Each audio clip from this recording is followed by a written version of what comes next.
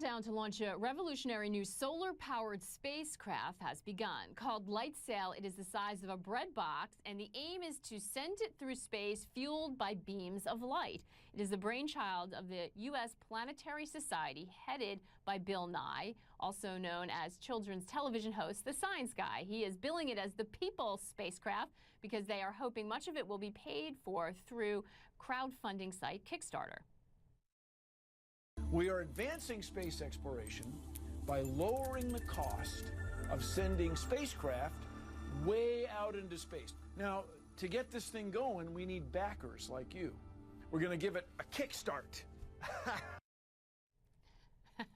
And Bill Nye joins me now live from New York. Bill, it's great to see you. This is a week. The Kickstarter campaign is underway for about a week, and you've already completely exceeded your original goal and raised more than $500,000. Are you surprised by the response? Well, I'd like to say no, but yes. No, everybody loves space exploration. I have to tell you, everybody supports space exploration in some way. And this idea goes way back to my old professor, Carl Sagan. They were going to have a solar sail mission to catch up with Comet Halley, Halley's Comet. And that mission got canceled in favor of the space shuttle and this and that. So this idea has languished, at least in the U.S., for a long time.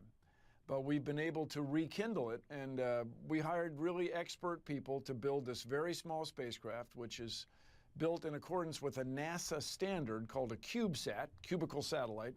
So this very small satellite is a secondary payload on an Atlas V rocket, which launches on Wednesday. And when we get out in space, this is a 1/10 scale model. When we get out in space, the sails will deploy, and we will make sure that this works. But because we got to play the hand we're dealt, this will be a test flight. This will just make sure the sails deploy and make sure we can get proper telecommunications with the Earth, get some pictures coming down, we hope. And then next year will be the real flight where this the identical spacecraft, its sister, will get a solar sail push. It's a strange thing. Light has no mass, but it has momentum. So even when you're sitting there in the studio, when the light's beamed on you, you're getting a tiny, tiny, tiny push. So when you're in outer space, the sun shines on the sail day and night. But wait, there's no night. So it gets a continuous push.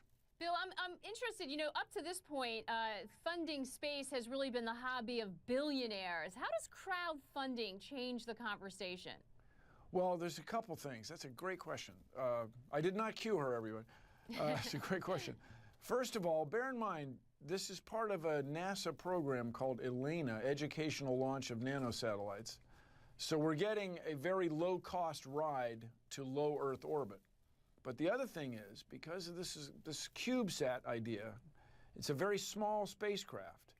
And with the miniaturization of electronics and with all the research that's been done in solar panels, we can power a very small spacecraft for a very low cost. And so universities launch these things from time to time, and the other organization that's very interested in CubeSats is the Air Force. The Air Force has taken a great interest in CubeSats because you could fly many of them in formation and act as though, and have an antenna that it behaves as though you had a very large antenna.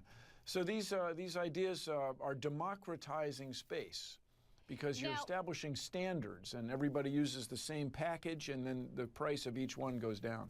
Now, for the people who have participated in this, it's sort of opening up this great avenue, I think, of getting people not only interested again, but, having this additional funding coming through by choice.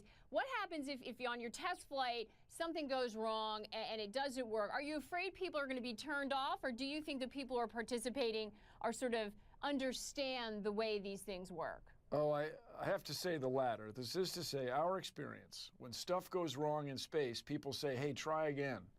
Come on, you guys came close, go again. And that's been the reaction for decades.